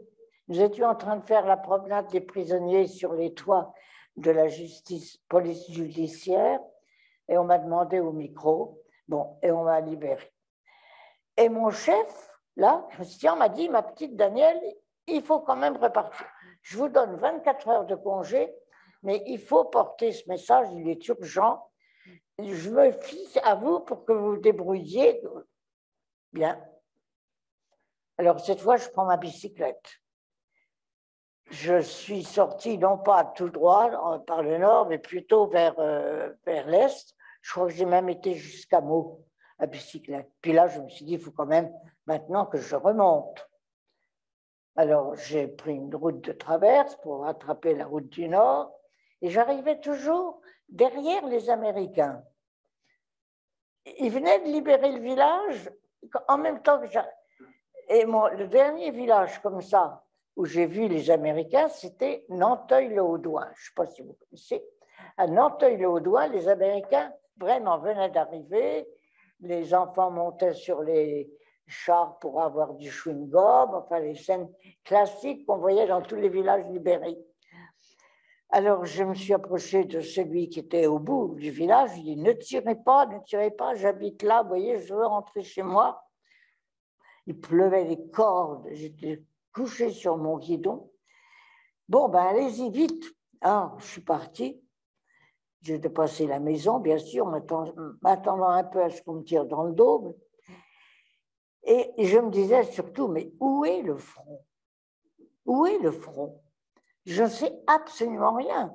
D'abord, naturellement, c'est pas public, on ne le parle pas. Et puis, de toute façon, et puis si je le sais, et ils le sauront en même temps que moi, ils m'auront vu aussi. Alors, je continue à pédaler, innocemment et vraiment inconsciemment peut-être, sur la route de... J'ai traversé Ormois, c'était ce qu'on appelle le no man's land, du pays de personne. Il n'y avait plus d'Allemands et il n'y avait pas encore d'Américains. Vide, le village vide parce que les gens étaient cachés dans les caves. Je voyais par les soupiraux, je voyais leurs figures, je leur disais « Courage, courage, vous allez être libérés. J'ai vu les Américains à Nanteuil. » Bon. Et puis après Ormois, je continuais en me disant toujours « Mais quand on traverse le front d'habitude, il faut progresser dans une forêt d'arbre en arbre, se cacher ou se déguiser, monter dans un camion, enfin, etc. » Et je continuais à pédaler. Et tout d'un coup, au bout de 200 mètres, je vois une sentinelle allemande avec sa capote dégoulinante de pluie qui agitait un bâton comme un « Nicht passé, nicht passé ». Et le long de la forêt, c'était la forêt de Compiègne, le long de la forêt, il y avait des chars allemands camouflés avec des toiles par-dessus qui patrouillaient. Ah, je me suis dit, ça y est, j'ai perdu. J'aurais dû m'arrêter avant. Tant pis. Jouons le tout pour le tout. J'ai descendu de ma bicyclette, je me suis approché de lui, doucement. Je parlais en allemand. Je lui ai dit, j'habite là. En réalité, je ne savais pas ce que c'était, mais c'était Crépy en Valois. Et je l'ai su après, bien sûr. Il m'aurait demandé quel est le nom du village, je n'aurais même pas su. Bon, j'habite là, je veux rentrer, je suis partie ce matin pour porter du ravitaillement. Mais il ne comprenait pas le français. Mais alors, il est arrivé de l'intérieur de Crépy, une voiture, découverte, un élégant officiellement a sauté par terre sur la route. Il a parlé en allemand à la sentinelle et à moi, il s'adresse en français. Qu'est-ce qu'elle veut, cette jeune fille? Bon, alors j'ai recommencé ma petite histoire. J'ai porté du ravitaillement à ma grand-mère à Ormois ce matin. Il m'a dit, ce matin? Oh là là, je me suis trompée. Bon, tant pis. Oui, bon. Alors il m'a pris par le bras. J'ai cru qu'il allait me faire monter dans sa voiture qui ronronnait encore. Allez, oust! Et il m'a envoyé à l'intérieur de Crépy-en-Valois. Ah ça, j'aurais sauté de joie. J'ai pédalé en me disant, il ne faut surtout pas que je me fasse libérer la nuit. J'ai continué à pédaler jusqu'à Bettencourt, on m'appelle. Et là, j'en pouvais plus quand même. Je me suis arrêtée dans une ferme qui m'a envoyé les chiens dans les jambes. J'ai frappé à une autre ferme. Alors, ils ont été gentils, ils m'ont ouvert. Ils m'ont fait une place, ils étaient à table, une grande table, ils étaient nombreux. Ils m'ont fait une place à leur table. C'est un souvenir inouï. Ils m'ont fait raconter. Je ne pouvais pas croire que j'arrivais de Paris. Et ils m'ont donné une chambre, un grand lit dont je garde un souvenir. Dans ce grand plumage, j'ose dire, je me disais, vraiment, c'est le plus beau jour de ma vie. Et voilà, le lendemain, je voulais aller jusqu'à Tourcoing. Ils m'ont laissé défendu de circuler à pied, à cheval, en voiture. Vous n'avez... Enfin, je me suis fabriqué une espèce de brassard de Croix-Rouge, je crois, et puis je suis partie à bicyclette. J'avoue à ma honte que j'ai un peu profité quand même des Allemands qui, eux, faisaient le même trajet que moi, ils retraitaient. Et alors, ils étaient dans des camions, assez rassemblés dans le fond, et ils me tendaient la main pour que je m'accroche. Et comme ça m'avançait beaucoup, j'en profitais. J'ai couché une fois à Bapaume, c'est tout. Et puis après ça, je suis arrivée à Lille, Tourcoing, où la libération commençait. Comme à Paris, ils se sont révoltés à Lille. Tous les ponts avaient sauté. Enfin, je suis quand même débrouillée pour délivrer le message. Et puis après ça, pour revenir en sens inverse, il fallait sortir des Allemands et rentrer chez les Américains. Alors là, je me rappelle, ça a été... J'étais au bord d'une espèce de grande comment dirais, un camp d'aviation, comment ça s'appelle. Bon, je voyais les Américains en face, mais j'étais du côté des Allemands, il y avait le terrain là qui nous séparait. Ben, je me suis dit, il n'y a qu'une chose à faire, c'est quand même à traverser. Et je vais traverser, et je suis sûre, alors là, c'est qu'on a tiré sur moi, parce que j'ai vu le feu qui sortait du canon du fusil, loin sur la droite. Je ne sais pas si c'était les Français, les Allemands, les Américains, mais en tout cas, je vois encore ce feu, c'est curieux. Je me suis couchée par terre avec ma bicyclette. Ils ont dû croire qu'ils m'avaient tué. Je suis restée 5 ou 10 minutes. Et puis après ça, je me suis relevée doucement. Et j'ai été chez les Américains. Je n'ai pas eu de problème à entrer dans la zone américaine. Et je crois qu'ils m'ont ramené plus ou moins au camion à Paris. J'ai profité de leur camion. Je n'ai pas beaucoup pédalé pour rentrer à Paris. Bon, alors cette fois, j'ai mis, il est 8h30. Bon.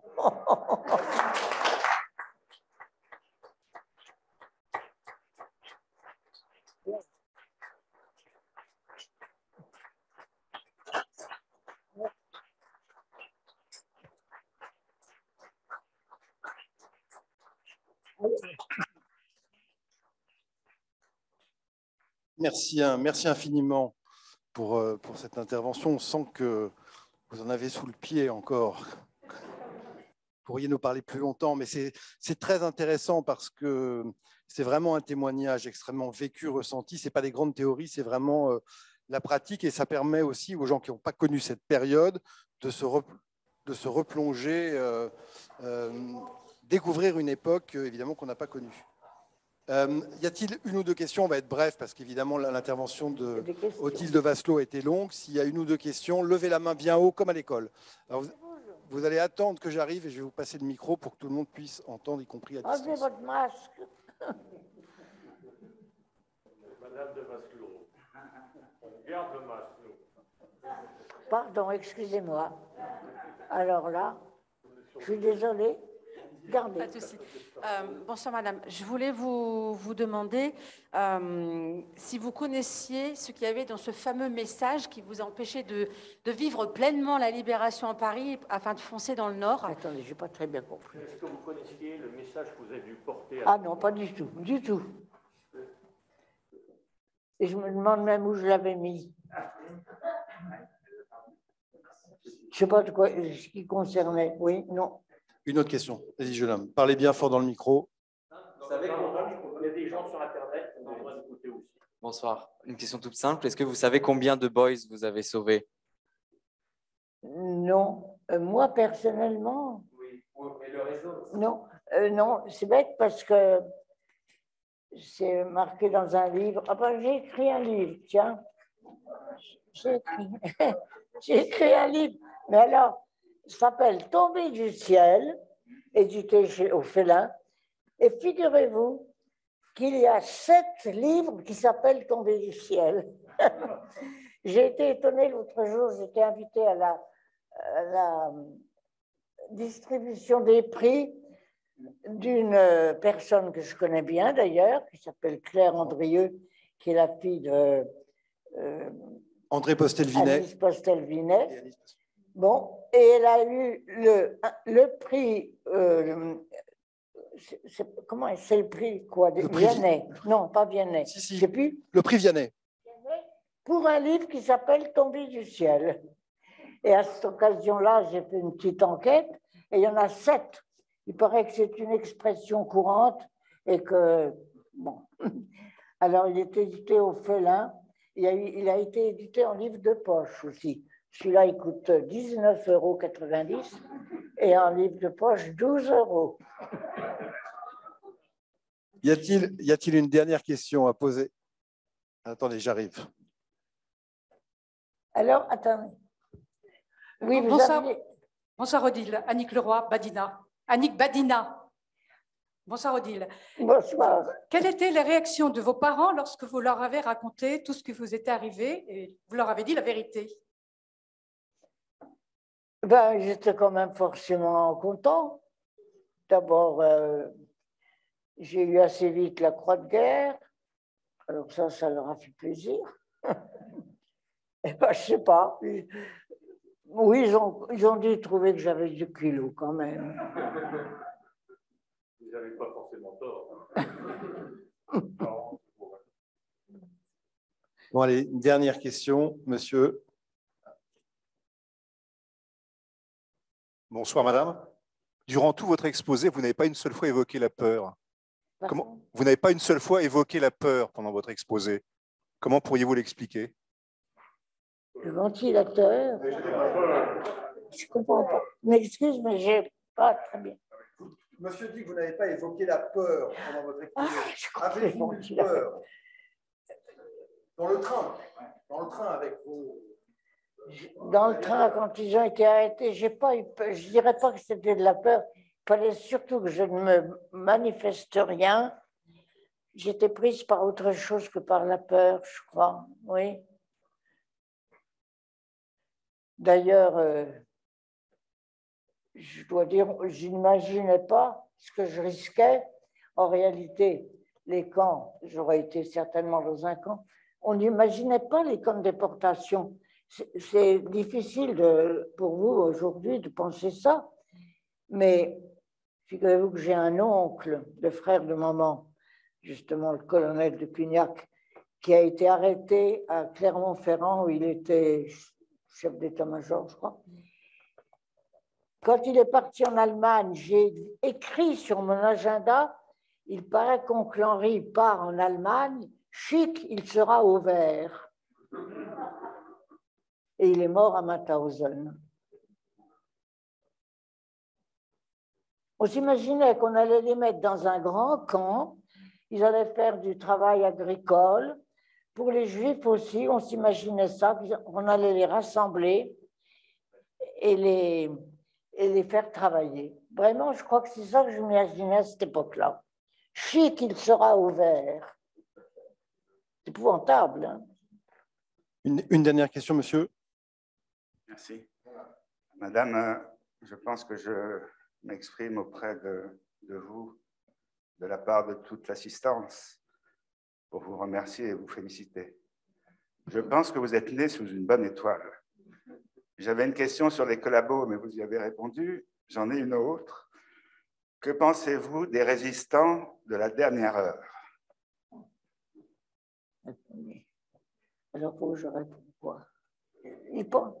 Des résistants De la dernière heure. Oui. Quelle vision avez-vous de... Qu'est-ce que vous en pensez? Vous savez, on ne peut pas mettre les résistants de la dernière dans un bloc. Chacun est un cas particulier. Je trouve qu'on généralise un peu. Ils ont des problèmes. On ne sait pas. On ne peut pas juger, je trouve. Merci sur ces paroles. On va clore cette soirée. Merci infiniment, Odile de Vasselot. Encore bravo.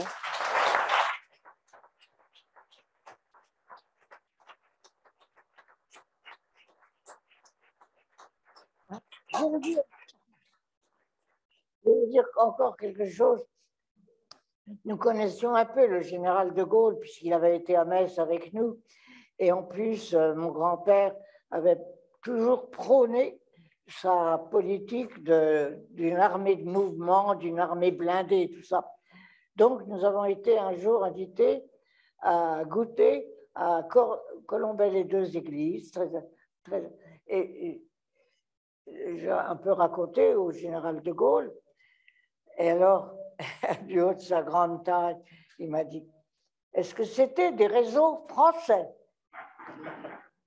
Bon, je sais bien ce qu'il voulait dire, mais moi, je me suis dit, in petto, même mon pauvre vieux, tu ne te rends pas compte, on ne savait absolument pas quelle était la nationalité du réseau dans lequel on était entré.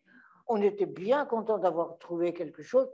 Je trouve qu'à Londres, vous étiez quand même bien mal renseigné. Je ne l'ai pas dit. Merci, bravo.